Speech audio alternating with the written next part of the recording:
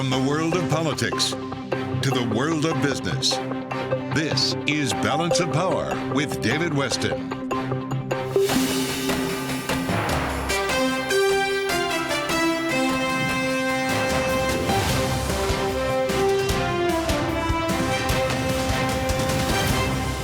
From Bloomberg World Headquarters in New York to our television and radio audiences worldwide, welcome to Balance of Power. It is a big week in Washington and all for the markets as we wait for those CPI numbers tomorrow to be followed on Wednesday by the Fed's last decision of the year. And to take us through what we should expect, we turn to Michael McKee. He is Bloomberg International Economics and Policy Correspondent. So it is a big week. We've been waiting for it. The markets are waiting for it. What should we expect, Mike?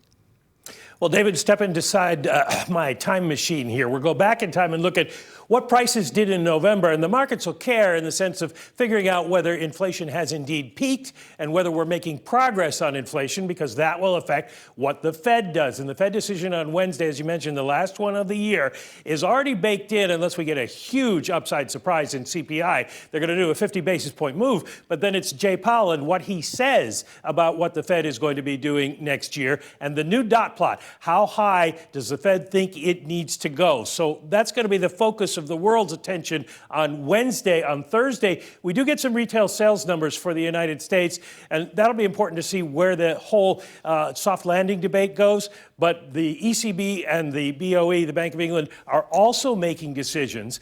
And like the Fed, they're in the situation of, do we slow down or do we speed up with what's going on? Fed blackout ends Friday. I put that on there because we're going to start hearing Fed speak beyond Jay Powell, and that's going to be really important for the markets as they set up for 2023. Now, I mentioned the three central banks. They all were doing 75 basis points. Now they're all moving to 50 basis points.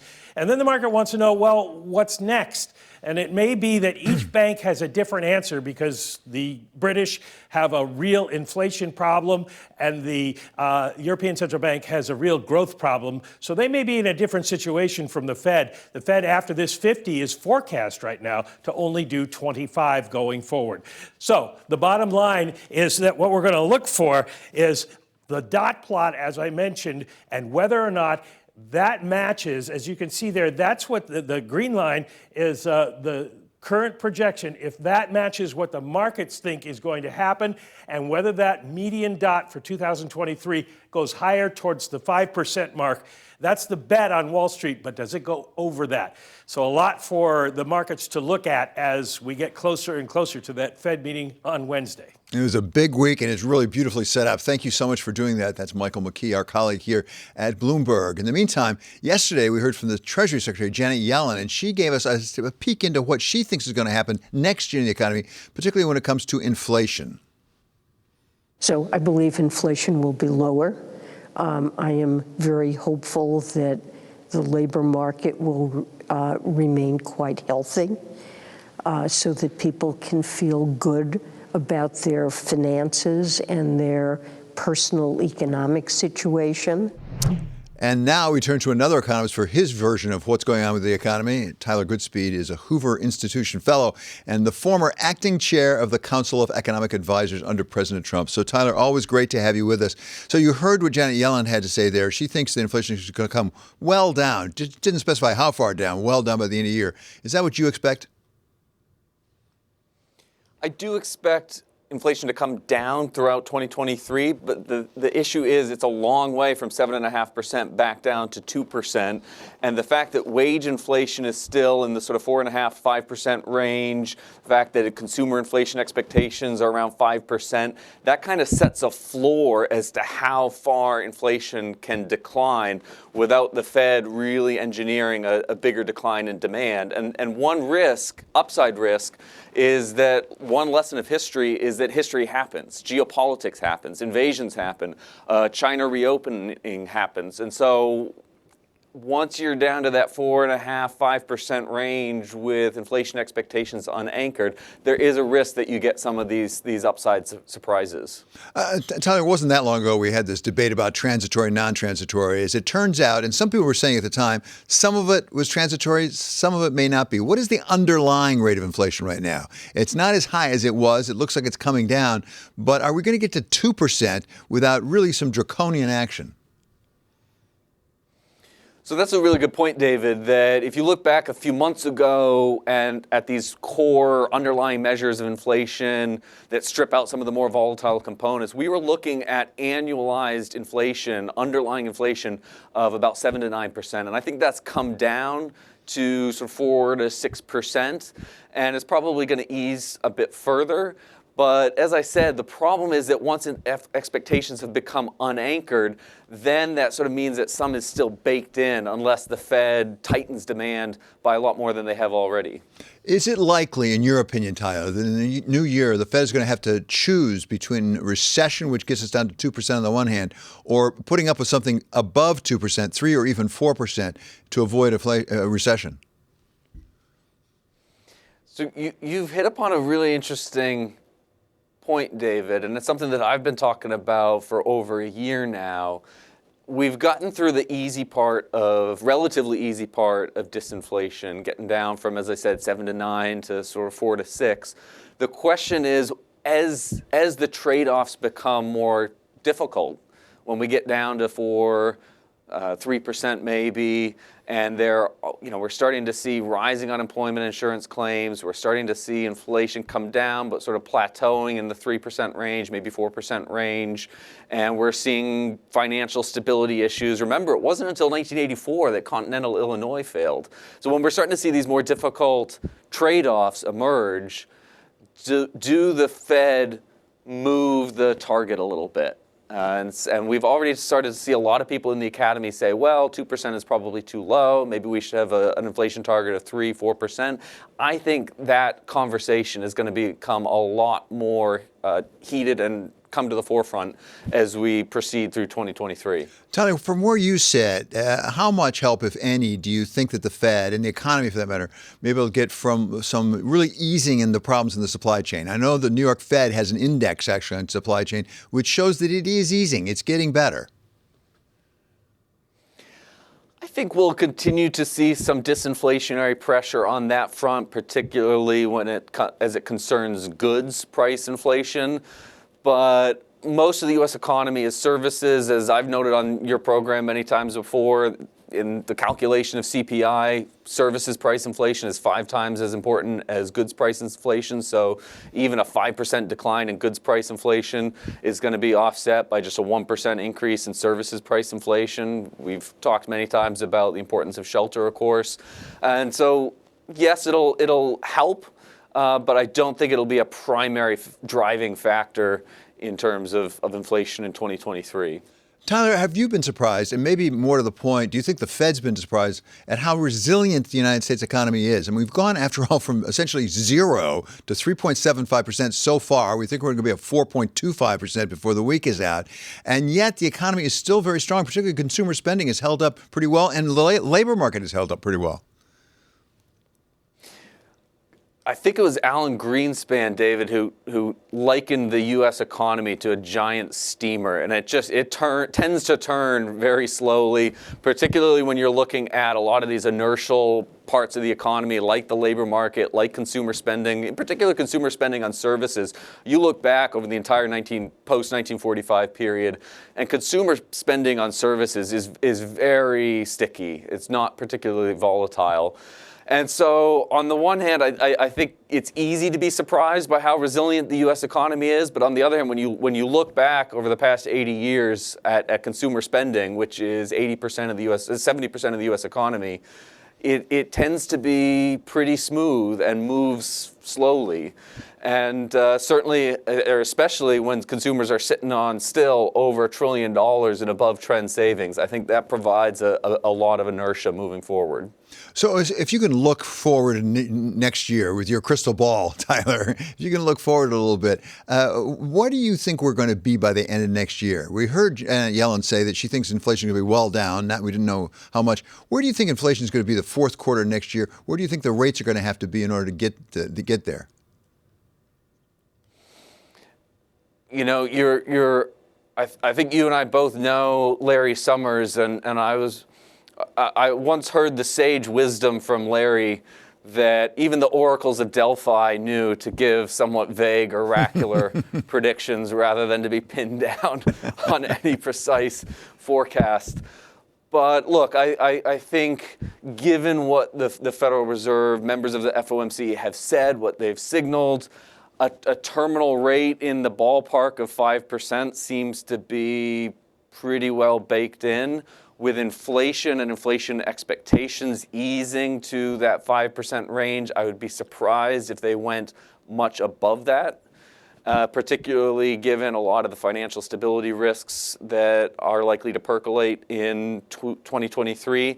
So I think we're probably looking at inflation and a Fed funds rate in the 5% range, and growth pretty low. Because when I go through the components of GDP, the components of the U.S. economy, I don't see business investment rebounding anytime soon, given the increase in the cost of capital, nor residential investment, given the cost of a mortgage these days.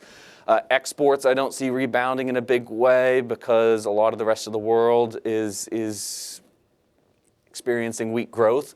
So really, it just comes down to the U.S. consumer, and I think that the U.S. consumer is resilient, but they are starting to chew through those excess savings and take on more debt. So I think that the consumer is going to start pulling back modestly in 2023. Tyler, we always appreciate you joining us. Thank you so much. That's Tyler Goodspeed. He's Hoover Institution Fellow and former acting chair of the Council of Economic Advisors under President Trump. Coming up, we're going to get a preview of tomorrow's FTX hearing on Capitol Hill from one of those who will be asking the questions, Democratic Congressman Brad Sherman of California. This is Balance of Power on Bloomberg Television and on radio.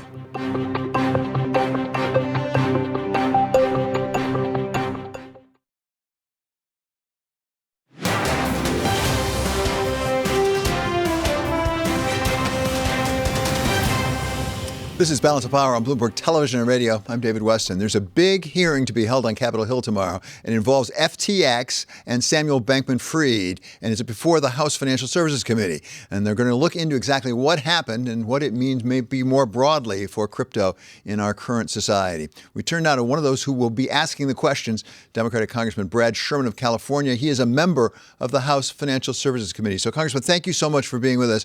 First of all, as I understand, we're going to hear from Samuel Bankman-Fried. We're going to hear from the man who now runs FTX, John J. Ray, who's been appointed sort of in bankruptcy for it. What do you hope to get out of this? Well, I hope that our focus is on whether crypto is good for America, not only our investors, but let's face it, the purpose of cryptocurrency is to partially displace the US dollar. Whenever you're going after an incumbent in a market, you name your product about the advantage you think you have over the incumbent. So Jolt Cola has more caffeine. What does cryptocurrency have over the US dollar or other major currencies? It's right there in the name. Crypto, hidden money, cryptocurrency. And so my goal is to say enough is enough. It's time to prohibit Americans from investing in crypto. If we can't do that, if we're able to impose the Know Your Customer and anti-money laundering statutes on the entire American-involved crypto ecosystem, then you'll strip away from crypto the one reason it has for existing, and that is to be a hidden currency. So let's talk about that specifically. I mean, you've been skeptical in the past about crypto, without a doubt. But historically in the United States, by and large, we've gone the route of disclosure rather than banning things. That certainly is the fundamentals of our securities laws. You have to disclose what you're doing and let the buyer decide what they want to do. Do you see a path forward that crypto can do what it wants to do, provided there is accurate and full disclosure? Well, in the investment world, to protect investors, we tend to go with full disclosure. But there are certain products that are antisocial in their nature. You can't go public with a company that is going to build burglary equipment because we don't want burglars to have better tools. And a crypto exists as a tool for the very large market, which is why it hopes to be successful, of tax evasion, bankruptcy law evasion, which I know Mr. Bankman-Fried is learning more and more about, and the invasion of sanctions laws or drug laws, et cetera. So from an investor protection standpoint, maybe it's enough to provide disclosure, but there are certain products that shouldn't be out there. And one that has as its sole advantage and its namesake evading U.S. sanctions laws, tax laws, bankruptcy laws. We just don't need a product like that. Well, let me pursue that because you refer to burglary equipment. The only thing you do with it is violate the law. Is there no redeeming social value potentially to crypto at all? Because we hear people say it can facilitate transactions in a more efficient way, including across boundaries. Well, first, one good thing about crypto is it helps you evade the laws of bad countries. But just like burglary tools might help you burglarize somebody who deserves to be burglarized. The other thing is a payment system. A blockchain is interesting technology. We have, I think over the next 10 years, the payment systems for the US dollar and other currencies is going to be much better. I don't like to see this 3.5% charge that merchants are paying. I don't like, for the most part, we've already gotten away from paper checks, but that's still an inconvenience. So I think we can improve the payment system. But to say that you need hidden currency because you want a faster, more efficient payment system is, I think, a red herring. Okay, so if there are advantages to a digital payment system that could really redound to everyone's benefit, but there are problems with the crypto part of it, do you envision a world in which the government essentially takes over the digital currency, either through the central bank or they could be supervising the regular banks to do it so that we get the advantages of the digital payment system without some of the problems you see potentially for illegality? Well, we're moving toward a more efficient payment system already. I mean, Venmo and Apple Pay and whatever, and we need to see more competition in that market. We need to see the technology get better, and I think we will, just as we've seen everything else that can be done digitally, done at lower cost as decades go by. I think you could have a digital currency from the Fed, or you could have it run through the traditional banks. But in any case, what you want is a system where we have the maximum possible know your customer anti-money laundering enforcement, and that is an antithesis to the crypto ecosystem. So, Congressman, we've seen you in various hearings take a position on crypto, a skeptical one, as I say. Talk about what exactly you hope to get out of tomorrow. I mean, have you already made up your mind, or are there things that perhaps Mr. Ray, John J. Ray, could tell you about what happened here that could separate what went wrong with FTX from perhaps what could have gone right? Or do you think the whole thing was just wrong from the get-go? Well, I think the whole thing's wrong from the get-go. But that being said, I chair the subcommittee on investor protection and capital markets. And so we do want, as long as Americans are buying crypto and are allowed to do it, we want a fully audited brokerage firms with from serious accounting firms. One thing that I'm concerned about is it's kind of chutzpah to have investors who sent their money to the Bahamas so that they could evade U.S. investor protection law, which is the only reason you establish an exchange in the Bahamas. And then the investors say, well, I sent my money to the Bahamas to evade the SEC's protection. Now, damn it, why didn't the SEC protect me? We can't protect American investors worldwide if they choose to take their money offshore. But at least we signal that when you send your money to the Cayman Islands, when you send your money to the Bahamas, there's a reason why the financial institution is there, and the reason it's there is to evade U.S. law. And finally, Congressman, you've been very direct, and I thank you for that, and your attitude toward crypto and what should happen here. Is there sentiment in some of your colleagues, Republicans and or Democrats, that might actually support a move to actually ban crypto? That is crypto, the secret part of crypto. Is that feasible? I think it's going to be tough because all of the lobbying power, and it wasn't just Sam Bankman-Fried, is on the side of crypto. The crypto billionaire bros have made billions. Literally, they've made money by making money.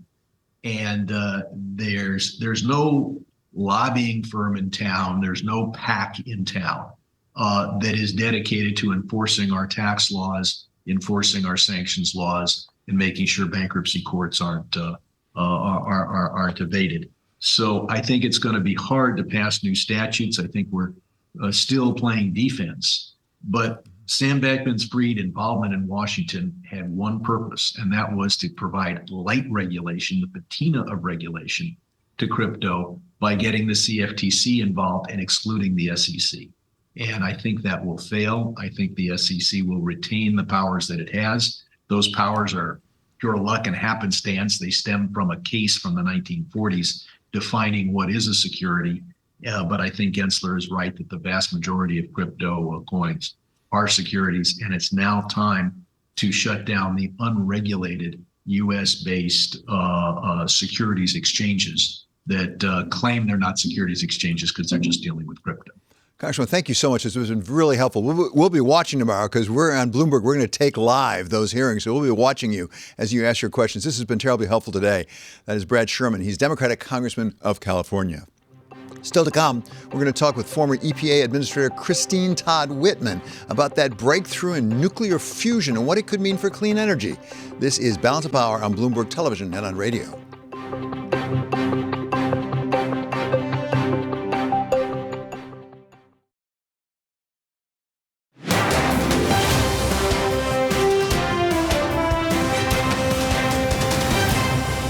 This is Balance of Power on Bloomberg Television and Radio. I'm David Weston. Well, like the rest of us, the markets are sort of waiting to see what happens with those CPI numbers tomorrow and then the Fed on Wednesday. But to give us a sense of what they're doing while they wait, we turn now to Kriti Gupta. Welcome back, Kriti. Great to have you. Thank you for having me. Look, we are, like you said, in a wait-and-see mode. And it's not just for the Fed, it's for the CPI data, too. Remember, the big swings in the stock market this year have come off the CPI data to the tune of plus or minus 3%. So you can really see tomorrow becoming the game changer. And that's why you're really only seeing about 0.5% higher on the S&P 500 amid low volume, I might add.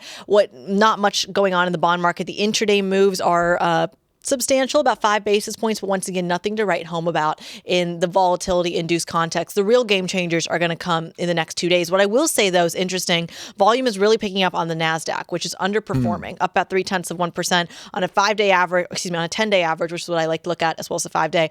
Volume is up about 7%. Some of that is really just M&A news coming out in the biotech space. Amgen taking over acquiring, I should say, Horizon Therapeutics. So there is, that's more of a single stock story there. But if you were going to guess, are they waiting for what Jay Powell has to say? Because we sort of know what he's going to do. We think we do. Or are they waiting for a surprise on CPI? Well, I think they're waiting for a surprise on CPI because we know what the pricing is for the Federal Reserve. And I might add, the trading activity during the Fed this time around is going to be interesting. David, France and Morocco are playing at the exact same time as Chairman Powell speaks. So there's a lot of questions about just how much volatility we're going to see off that. But nevertheless, it's the CPI that's the game changer here. Thanks so much to Kriti Gupta for that update on the markets. And you can catch her again at 1 p.m. Eastern Time when she'll be anchoring Bloomberg Markets. Coming up, the quest for zero-emissions energy with Jeff Blau of Related Companies and Todd Whitman, former EPA Administrator and Governor of New Jersey. And this is Bloomberg.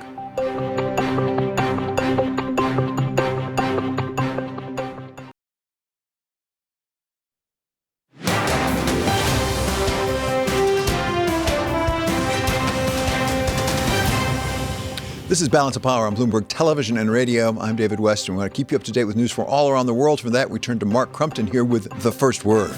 David, thank you. A man charged in the 1988 Lockerbie bombing of a Boeing 747 that killed 270 people is in U.S. custody.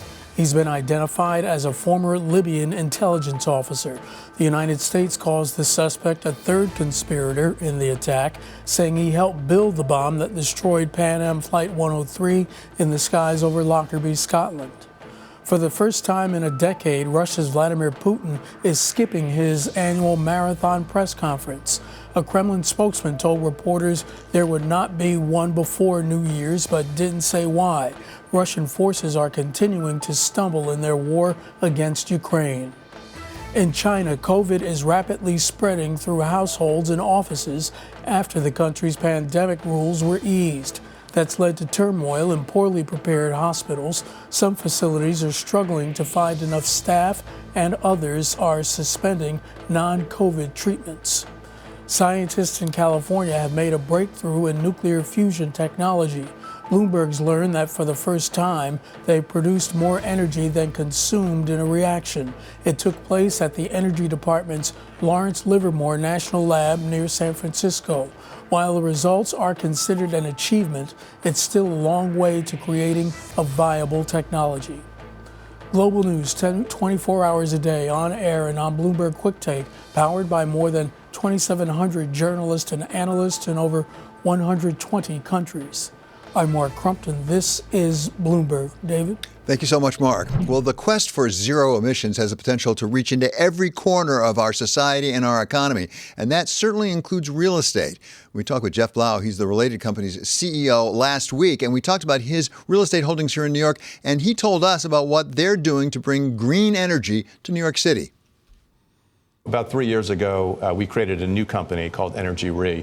Interestingly, it started because of something that New York City did. They passed a law called Local Law 97, which for the very first time was going to target building owners for excess carbon emissions. Now, we have always been very focused on energy consumption and LEED standards, but this was a different way of getting to a result that we believe in, right? We have for the future of the Earth, we have to figure out how to use less energy and emit less carbon. But this was a new regulation.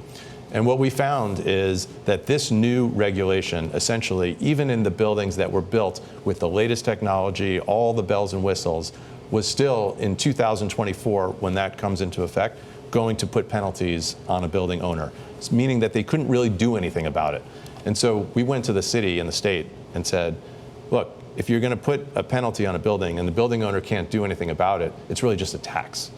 And so trying to understand that, what we saw was the grid in New York City that powers all of our buildings is horribly inefficient. It's 80+% fossil fuels, only 20% renewables, which, if you think about it, makes a lot of sense because renewables take a lot of land and cities don't have a lot of land. In fact, the 20% that is clean energy, most of it was coming from Indian Point nuclear plant, which is now closing. So we're going backwards. We're increasing our fossil fuel consumption in the cities. So we said to the city and state, let us build new renewables and bring it into the city. And ultimately, the state issued an RFP, and Governor Hochul selected 2 projects. We were one of the projects selected. And we are going to build the largest renewable energy project ever built in the United States in New York. We call it All New York, All Renewables. So we're building 25 utility scale plants, half wind, half solar plants, upstate New York, and a 200-mile transmission line direct into New York City. We come in through the Hudson River into Astoria, Queens, and that one project will power 16% of the energy for all of New York, starting to really clean up the grid, and then going back to the real estate issue, decreasing our fines. And what's the timeline? So that project will be operating in 2027. Wow. And so out of that project, we really started a whole business, Energy Re. We have a separate management team. We have now about 90 projects in 17 states. And so we really think this is the future. That was Jeff Blau. He's the CEO of Related Companies. Well, Jeff was talking about renewables in the form of solar and wind power. But those who really care about zero emissions insist that we are not going to get there fully until we rely in part on nuclear power. And we welcome now someone who has been a spokesperson for that, Todd Whitman. She's president of the Whitman Strategy Group. She's the former administrator of the Environmental Protection Agency, and before that, governor of New Jersey. So thank you so much, Governor, for being back with us. We've talked about nuclear before, but we've been talking about fission until now. Now we have new news that there may be a breakthrough out at Lawrence Livermore, part of the Department of Energy, for fusion. What do you make of that report? Well, it's exciting that they were able to produce more energy than they used. But the problem with fusion is containing that energy, holding it, being able to continue to use it all day, 24/7. So, we've always heard fusion's coming 25 years, and it's been that way for the last 50, let's say. But this is a big step forward, and fusion can certainly offer a major tool in the efforts that we need to make to address the issue of climate change and what's happening in the environment. But also the other thing is there are a lot of private entities that are also working hard on fusion, and that's exciting. So with all of it coming together, I think it's going to be sooner than 25 years, let's say, before we can actually start to use fusion. So it could be an important component, it sounds like, of what we're doing. And I was going to ask you about the private component. Is it public-private? Because obviously Lawrence Livermore is famous for its extraordinary science that it does. But the private sector can play a significant role? Oh, absolutely. I mean, you have the Princeton Plasma Lab. You have several other labs around the country and across the world. I mean, France and England both have large efforts and intense efforts on bringing fusion to the forefront. because it can be an amazing breakthrough. And of course, it will mean jobs. It will mean what your last guest said yesterday, I guess, that we need to do something about the infrastructure, because that's going to be the big holdup. We're all very excited about getting more green power online. But frankly, a lot of our substations and a lot of the switching stations can't handle it. And we have a very old system. So we've got to start understanding we need to put money there. So we've heard a lot about this so-called bipartisan infrastructure bill. Will that help with some of that infrastructure problem? Absolutely. I mean, there's money there. It's important money, and it will definitely help if used in the right way. That's always the question of, you want to make sure you use the money that way, because it is an important, a really critical issue. And of course, we saw recently how gunshots can take down an entire area of energy when they go after our energy grid. The grid is susceptible, and it needs to be hardened. They need to pay more attention to it, and we need to upgrade it significantly. So I'm hoping that a lot of that infrastructure money is going to go to that. Unfortunately, it's not the satisfying thing that people like to spend money on, because you don't see the workers out there on the street doing it. They're doing it behind closed doors, as it were. They're doing it inside buildings and things, but it's critically important. On the vulnerability of the substations, we had Jay Johnson, the former Secretary of Homeland Security, on last week, and he said, as a practical matter, you're going to have to rely on some redundancy to do that, because you can't protect every single substation across the country. Does that sound right to you? Yes. No, it absolutely sounds right. I mean, we can harden them. We can do better around a lot of them, but we're not going to be able to protect everyone. And, again, as we saw before, just last week, it only takes somebody with a gun who has an intent to do that, who can get through security and really throw things into disarray. So it's going to be hard to do it all, but we should try for that. And we certainly should, on the big substations, on the ones that are critical to major infrastructure, major towns, cities, manufacturing facilities. Those are the ones that we have to prioritize. So finally, Governor, put it all together, if you could, in a puzzle, because you've studied this for so many years. You know it terribly well. You have the component of the infrastructure for the grid that has to be fixed no matter what you're talking about, no matter what the source is. Then you have nuclear fission, you have nuclear fusion, you have solar, you have wind. And ultimately, when we reach zero emissions, if we do, how do those fit together? What percentage will come from each of those, do you think? Well, it's hard to predict what percentage will come from each of them. I suspect that if we really get fusion going, and if people understand how basically safe nuclear is, we'll be more reliant on that than we will on wind and solar. But I can't predict percentages. We're going to need it all. We're going to need the redundancy in the type of energy we have. It's not going to be one size is going to fit all. One size isn't going to work for everybody. And we have challenges, as we know, with the renewables, but we'll probably get there first in solving those problems of how we store that energy and make it 24/7 base power than we will with fusion, certainly. But nuclear is there for the taking, but unfortunately, we're closing down nuclear reactors. Well, Governor, you've talked to us before, now talking about fission, I'm not fusion necessarily, about how there's a different approach. You could have smaller nuclear reactors, even locate them underground, not what we think of those massive big plants. Are we making progress in that direction? Are people buying into that approach? There's a lot of research being done on it. There's a lot of development that's moving forward, and that's another area where I hope this infrastructure money goes, because small modular reactors really are can be a very important part of the future, because they are faster to build, easier to build, safer, use a slightly different technology so that they don't create some of the concerns that people have, whether they're justified or not. It's always justified to have concerns, believe me, but there are answers for them. However, for small modular reactors, the job creation potential there, and then the ability to move them to places where they're needed and just put them down and be able to serve a small community or a business with those is going to mean a great deal, if not in the United States, in some of the rural parts of the United States where I think they could be deployed, but also around the world. And remember, climate change is a worldwide issue, and what's being produced in other countries as far as pollutants go affect us. And so to the extent that we can help them move forward and reduce their use of things like coal, wood burning in many countries, we're going to be better off. Governor, thank you so much. It's always a treat to have you with us. That's Christine Todd Whitman. She's president of the Whitman Strategy Group. Coming up, we're going to go through the politics of congressional lame duck sessions with our political contributor, Jeannie Shan Zaino, and public affairs strategist, Lisa Camuso Miller. That's coming up next on Balance of Power on Bloomberg Television and on radio.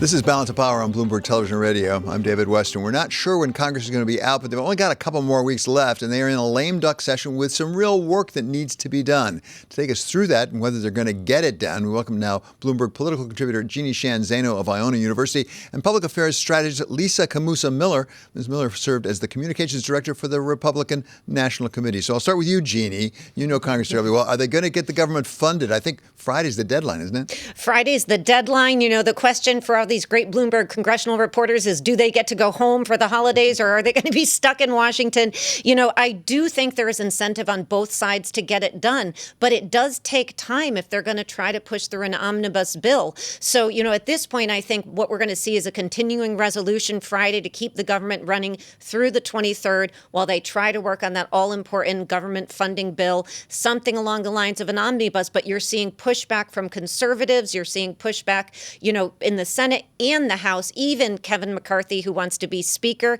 has said that they shouldn't give Democrats the omnibus bill. They shouldn't strike a deal. They should wait until Republicans are in control so they can pull back on some of those Democratic spending bills that went through in the last 2 years.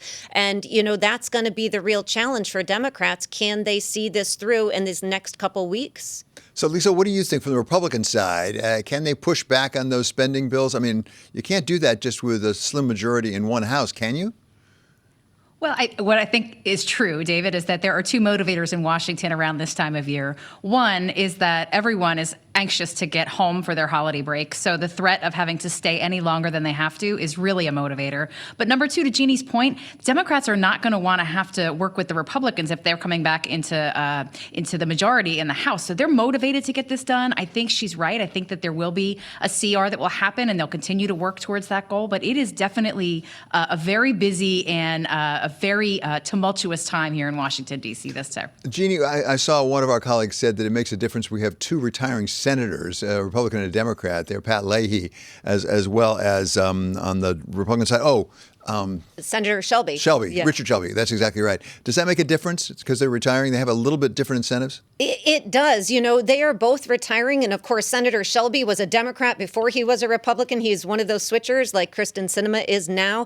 And they do have an incentive. They really, really want to see this through before they retire. And the good news we heard over the weekend, we thought today that Democrats were going to go it alone, essentially. They were going to release their own spending package, their own bill.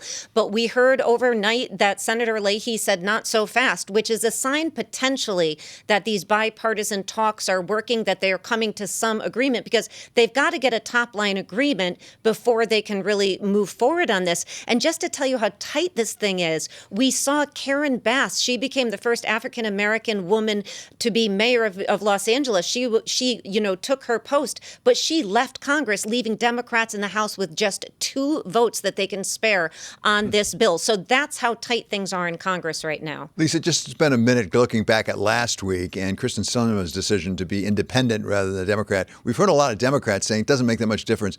As a Republican, does it make a lot of difference?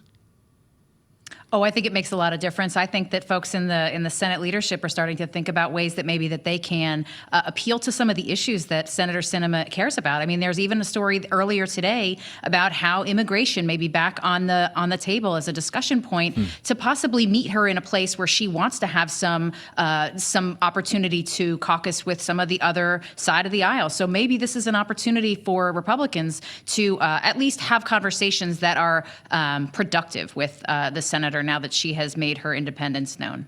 Yeah, she fancies herself a substitute for John McCain, and John McCain was very big on immigration, as I recall.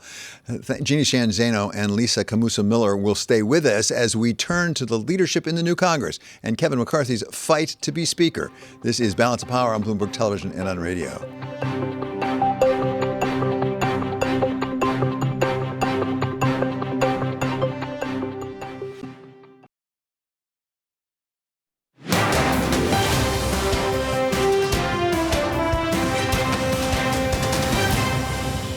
This is Balance of Power on Bloomberg Television and Radio. I'm David Weston. Well, the midterm elections changed the majority in the House. We know who the leadership on the Democrat side is, but we certainly do not know on the Republican side. There's something of a little bit of a battle going on. To take us through it now, we welcome back Jeannie Sheehan Zaino and Lisa Camusa Miller. So, Lisa, give us your view about what's going on with Kevin McCarthy. As he's been on a quest for this job for some time. I thought he was sure to get it. I'm not as sure anymore.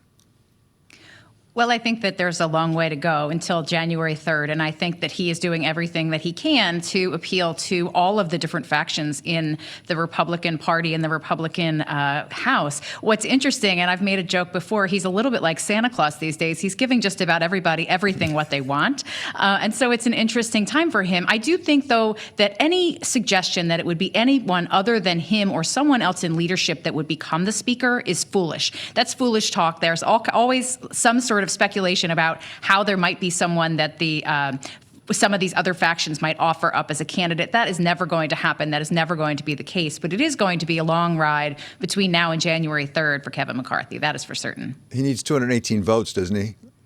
Yes, Jeannie? He does. Jeannie, how is he going to get 218 votes without any Democrats? Yeah, we still don't know yet. He's got just a little over 20 days to get this done. He met with Matt Gaetz last week. He is still opposing Kevin McCarthy. And I think one of the big challenges for Kevin McCarthy, and Lisa, I think you're absolutely right. He does seem a bit like Santa Claus. But when your opponents don't want anything except your head, that makes it really, really tough to negotiate. And that's one of the challenges Kevin McCarthy has had. You know, Nancy Pelosi was in this position not so many years ago, but she had opponents who were willing to trade up, and so she was able to make a bargain. One of the big questions here is there anything else he can offer his remaining detractors? And, you know, one school of thought is there's nobody else in the offing, and I think that's true. The other school of thought is that these opponents don't really care if there's nobody in the offing. They want to cut off his head and then have a conversation about who might replace him. And so I still think it's a big question. And the other question is, who wants this job anyways? Because he's going to have a heck of a hard time as a speaker. That's my question exactly, Lisa. If he gets this job, how difficult is it going to be with that narrow majority and a fractious caucus? By the way, I'm not saying the Democratic caucus isn't fractious as well, but boy, with that narrow majority. Well, the Democrats certainly seem a lot more organized than the Republicans, for certain. I mean, it was a crystal clear vote. They took a very clear vote. It's clear who the leader's going to be. On the Republican side, I think that this is an incredibly difficult job. I have no idea how Kevin McCarthy is going to keep the conference together if he is, in fact, elected speaker. It is going to be increasingly difficult because there are so many people in the House on the Republican side that really want to be, they want to be celebrities. I mean, let alone leadership. They want to be celebrities. They want to be these spokespeople for their own causes. And that is very difficult to keep those kinds of people together and to keep them united to vote collectively as in the right way as a party. So it's really a difficult time for him. I also think that there is a couple of other candidates to watch in the leadership if he does not come to 218. And so I think we should keep a close eye. I think January 3 is going to be a long day no matter what. Yeah, it's fascinating. So, Jeannie, one last quick one, if I could. Now we hear that if, in fact, the Republicans on the House side investigate Hunter Biden, the Democrats on the Senate side are going to investigate Ivanka and Jared.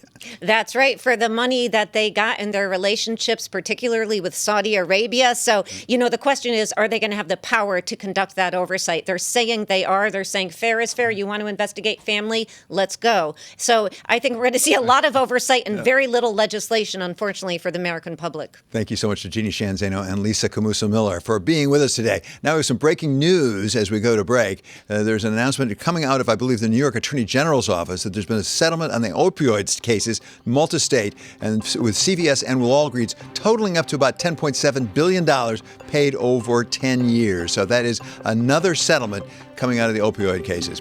Check out the Balance of Power newsletter on the terminal and also online. Coming up, Balance of Power continues on Bloomberg Radio. And this is Bloomberg.